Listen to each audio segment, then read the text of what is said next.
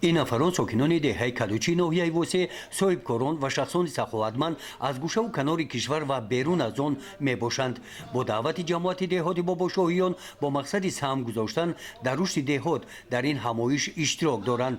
انا همین طور در دایره اجرای دستور و هدایت ها از پیام سرور دولت در سمت وسعت کارهای آبادانی بخشیده به استقبال ارزنده از جشن 35 سالگی استقلال دولتی جمهوری تاجیکستان، اقدام جماعت دهات را در سمت رشد محل با مهر و محبت وطندوستانه قبول کرده مقصد دارند که دهه خود را به یکی از دهه‌های نمونوی کشور تبدیل دهند.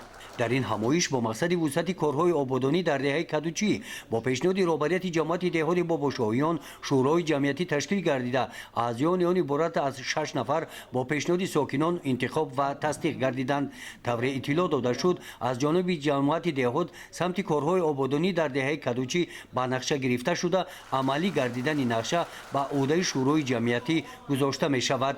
در این همایش اشتراکچیان پیشنهاد نمودند که شماره اهالی دهه کدوچی قریب به 15,000 اهالی رسیده است. با مقصد حفظ محیط زیست در هر یک محله باید پرتوگاه معین تشکیل کرده شود.